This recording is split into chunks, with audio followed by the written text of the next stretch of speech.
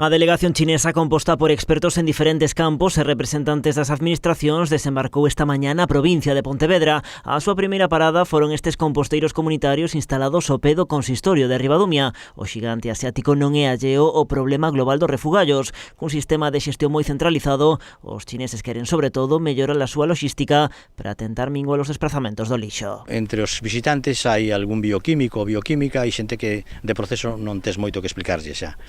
Sin embargo, temos moito que explicarlle na planificación dos movimentos do lixo, de que non haya que contenedores, que non haya camións, que non haya que leválo a ningures, que se trate in situ. Ese é o elemento máis descollante, máis forte da nosa aportación. O grupo chinés coñeceu de primeira man como funciona o proceso dende que se deposita nos contedores ata que se converte en materia fértil. Para iso visitaron as cociñas dun restaurante de Barrantes moi implicado coa xestión dos seus residuos. Para eles, a experiencia serve para avanzar na implantación dun modelo semellante que actúe no lugar no que se produce o lixo. So currently in China, the government is really putting a very big emphasis on waste management. Agora mesmo na China os gobernos están poñendo moito énfase no control dos residuos. O sistema actual está nunha fase moi inicial.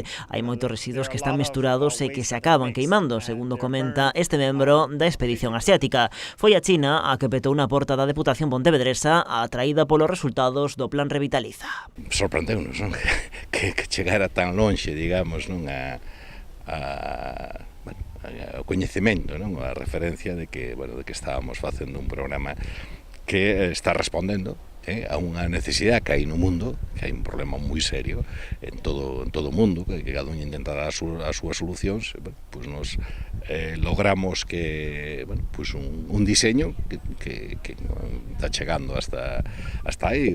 Pasado estuveron aquí de Japón, o sea, está chegando a moitos sitios, non? Vilagarcía, Barro e Pontevedra foron outros dos puntos da provincia nos que a delegación chinesa coñeceu máis detalles do modelo de xestión de residuos orgánicos.